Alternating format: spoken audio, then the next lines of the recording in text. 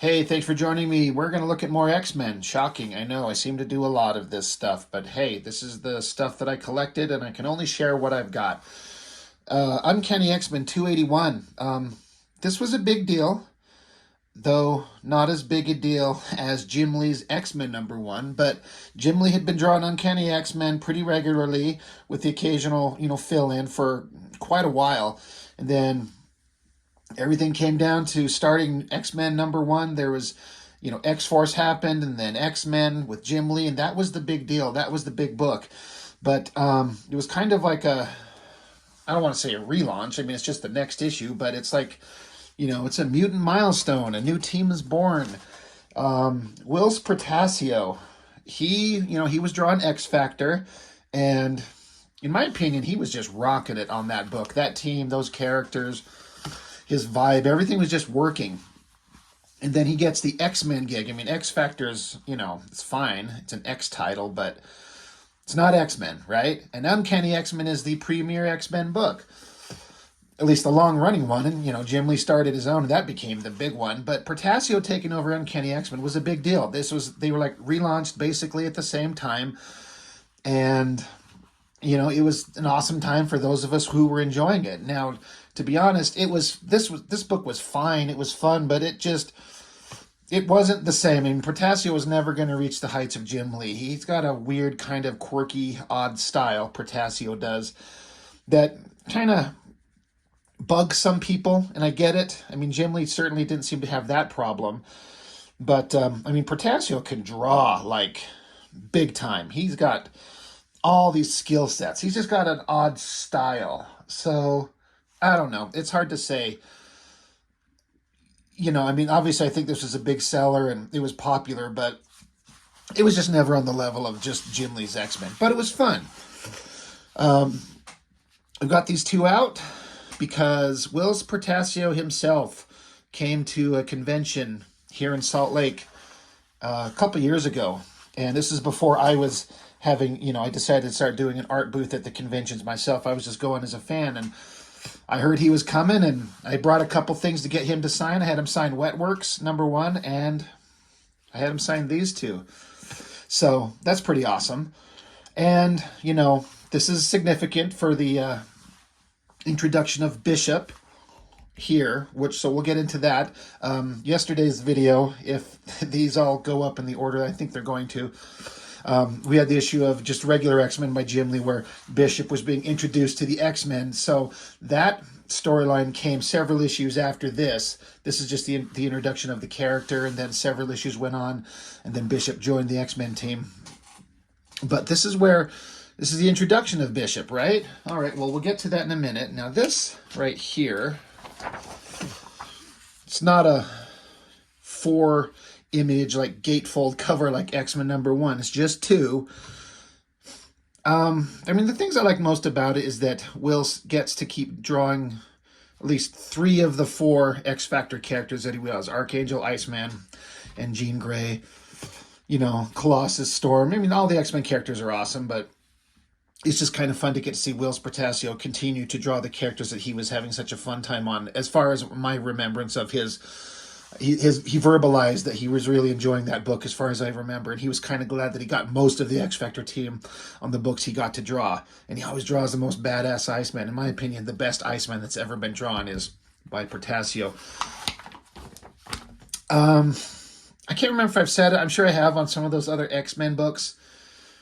I never, ever, ever have liked this Jean Grey costume design. I think it's a Jim Lee design.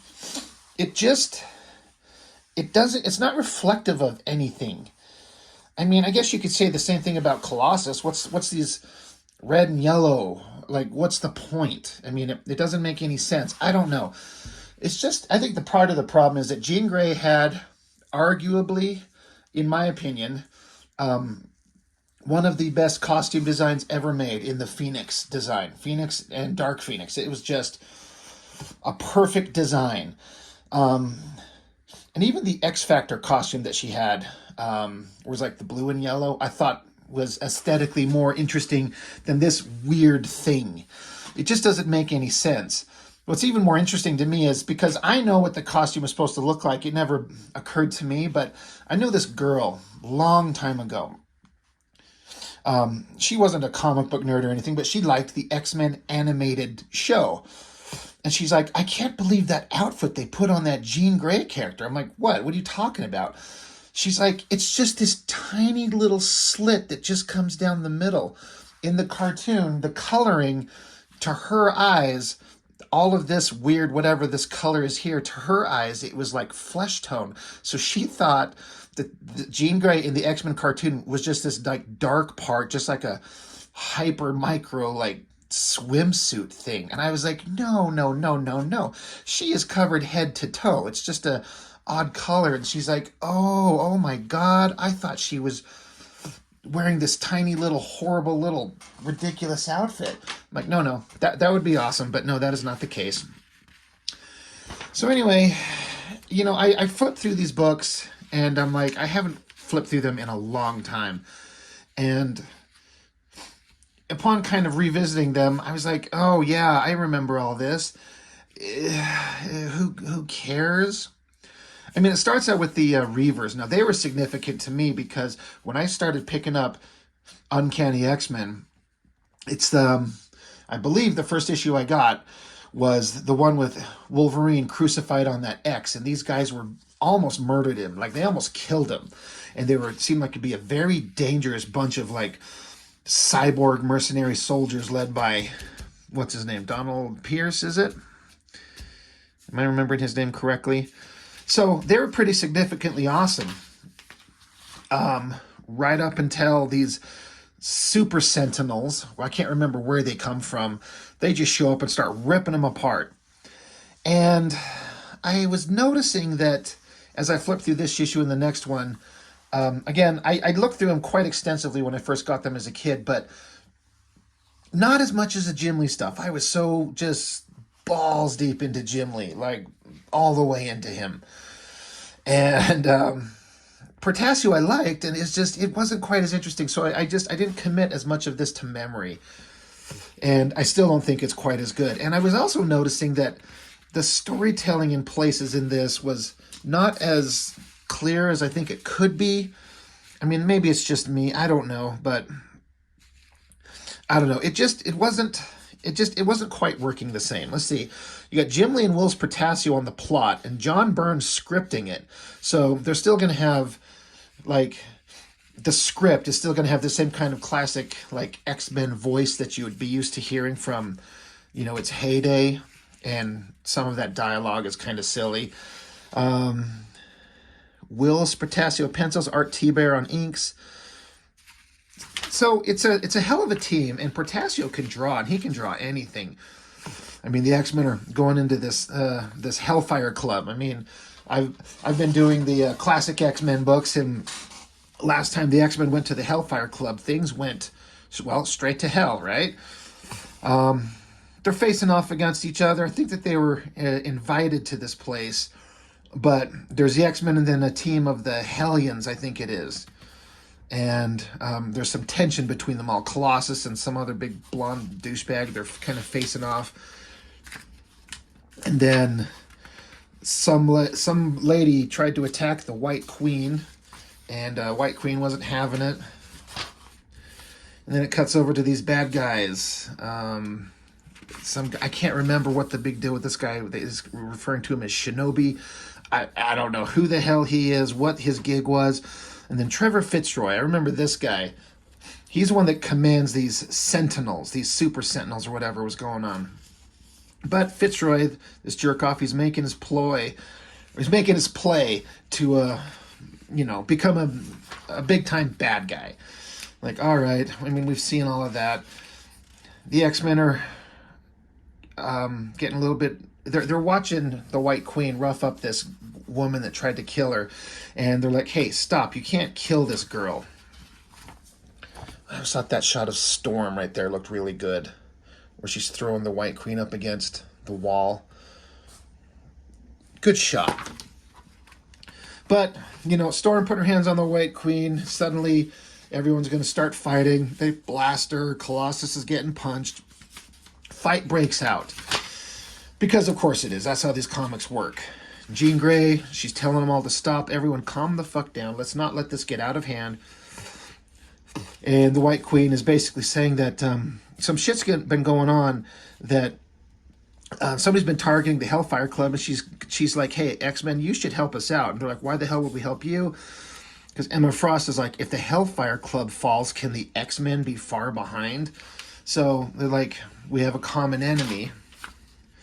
Storm's not particularly buying it, but then out of nowhere, whatever, just Trevor Fitzroy guy shows up, and he kind of is making his presence known back to Donald Pierce. Is that his name, right? Am I remembering? She says Pierce. I can't remember this guy's name. But he shows up. He's still on the run from those super sentinels. He shows up to Lady Deathstrike. He's like, damn bitch, help me out. Save me from these sentinels. So she takes a swipe at him and cuts its arm off. It's not entirely clear, but this was an interesting part where the sentinel, he got his arm severed, so he picks up a bunch of like lab equipment, and his hand just starts fusing the metals together and reforms the arm that he lost. Like he just is able to pick up garbage, mechanical shit, and it just fuses and melts and forms together and becomes a new arm, which is something the Sentinels have never been able to do. So there's this newly reformed arm, and Deathstrike's like, well, how the hell do I, kill something that... She's like, if my talons are no use against them, what am I to do? Like, how do you kill what cannot be killed? I always thought this shot was great, in a way. I mean, it's kind of weird, but it's interesting where Pierce is standing there, and that's a shot of him, like, spraying his machine gun, and it's hitting the Sentinel, kind of piercing through its head and its body, but it's not stopping. Portacio draws technical stuff really well. But Pierce keeps running. He's out I think he's still out in Australia, and there's this kind of really moody background of this place where the Reavers were holed up in this, like, moody-looking sky. But he shows up and finds Gateway. I wonder whatever the hell ever happened to Gateway. I wonder if he just got sick of the X-Men shit and just took off forever. But he can create teleportation portals, and so he's like, hey, get me the hell out of here, which he does. I like this shot with the energy. And he's trying to get away. He's diving into the portal, and the Sentinels are still chasing, and some of them gut through the portal, and some do not. So the Sentinels who did not make it, they just blast off and take off. Meanwhile, Fitzroy's, this bad guy showing up to where the X-Men and the Hellfire Club, the Hellions are, and he bashes this guy in the face, sends him crashing through several buildings. They try to take this guy down, but this guy, I can't remember what the hell the point of this Trevor Fitzroy jerk-off. What's the point of him? Why is he so important? He's not. It's just he's the new bad guy. But they've kind of got him stopped. Colossus is holding him up there, clenching his firm-ass cheeks, and the White Queen's screaming. I'm like, what the hell? Who the hell ever you are, we're going to stop you. Meanwhile, the portal opens, and there's Donald Pierce. He shows up. He's like, I'm at the Hellfire Club. And then while he's coming out of the portal, he gets shot, and one of his own robotic arms gets blasted off. And she's like, what the hell have you done here? And he's like, I'm being chased. He says, I told Gateway to send me to the person responsible. And he's like, of course it would be you. And she's like, you dumb son of a bitch. Did you bring these Sentinels that are chasing you here to us? And then he gets grabbed on by the back of his head. The Sentinels come crashing in here. Explosions, lasers, lightning bolts, big fight.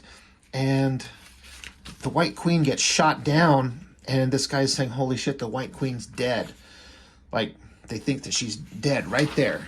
Now, these are X-Men comics. No one ever dies, right?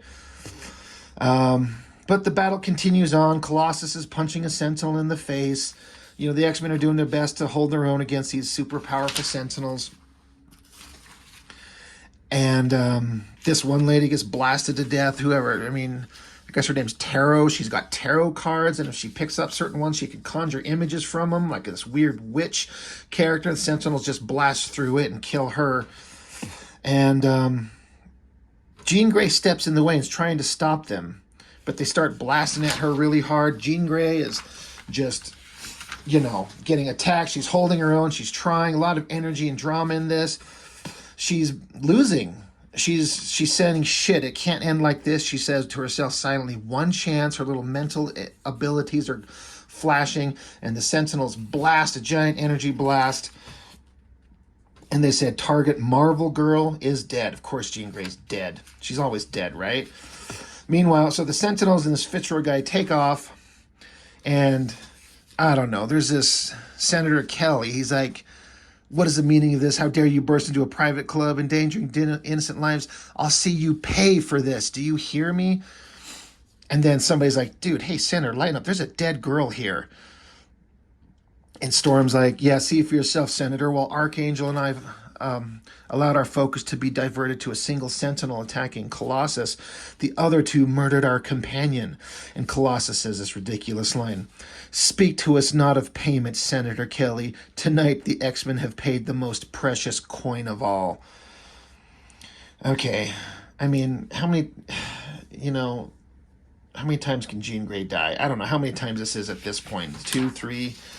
So, it's kind of a fine story at the time. I thought it was fine. It was kind of interesting because I was just super interested in the X-Men. And I was into the drama of it all. But, upon retrospect, that was a little convoluted. I don't know, that's X-Men to a T. I don't know. It was fine. Like, all right, Jean Grey's dead. I know she's not going to stay dead, but what's going to happen next? So the next issue, his name is Bishop, and nothing will be the same. And there he is.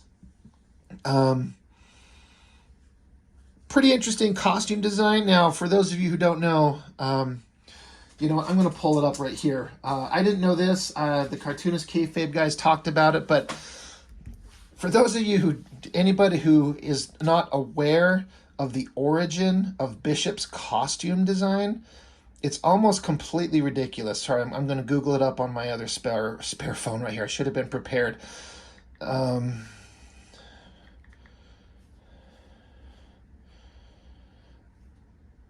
Let's see.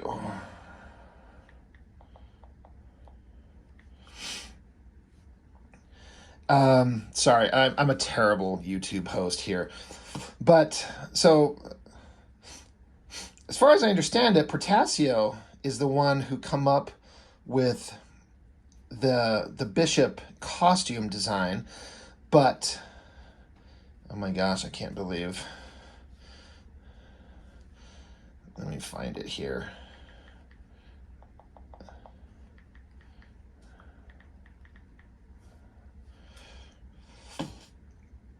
There we go.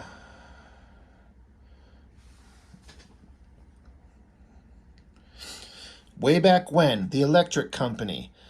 There's Gary Coleman.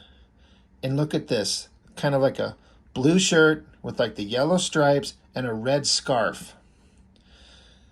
And that's where they get the costume design from for Bishop. I think that's hilarious. But to be fair, I actually think it's a pretty solid... It's not like a costume in the way that Spider-Man wears a costume or Batman wears a costume. It's like a uniform. And it's the X-Men colors, like blue and yellow. I mean, that's a thing that's always been around. I like the yellow stripe kind of down one side that they wear. And then the red scarves, I mean, I guess, okay. So, I don't know. It's just a funny thing about how that costume kind of, the design, where it originated from. But you got to get the design from somewhere. Anyway, cuts back to Professor X and Forge. They're having a chess game. And then the X-Men show up, and they're just casually strolling in the front door after defeating some Sentinels. I got Jean Grey's dead body. I mean, I don't know. I guess they're not in a panic rush because it's not like they're trying to save her life. She's dead. But I don't know. It's just kind of a weird, like, yeah, we're here. This battle has cost us much. But there's no trace of brainwave activity yet. She cannot be dead. I am psychically attuned to all of you, my X-Men. I would have felt her die. I must probe further. If there's any trace of Jean, yes, she is not dead. Her psyche survives, but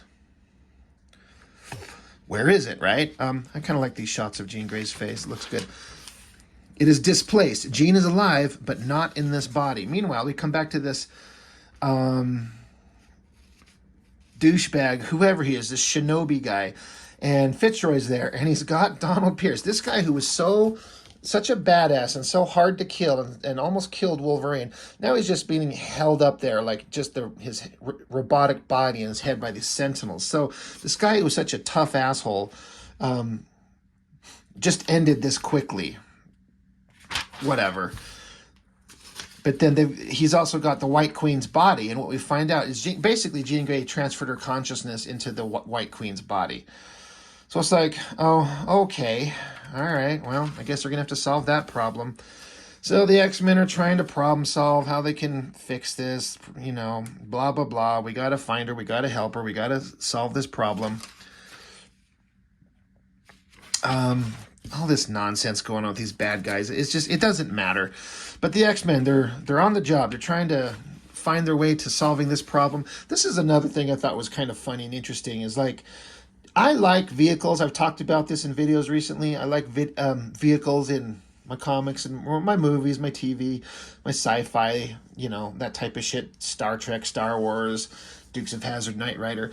But it always kind of bugged me on a dumb level how the Blackbird jet is always some different design depending on who draws it. Like the Batmobile, it's never the same. Now, I guess you could say, because I mean, this one doesn't look anything like the one Jim Lee drew in X-Men. But two teams, they're all off doing two different jobs, so there could be two different jets, two different designs. I mean, who cares, right? But I like the vehicles, and I like vehicle consistency. But again, who gives a shit? Bad guy doing bad guy shit. I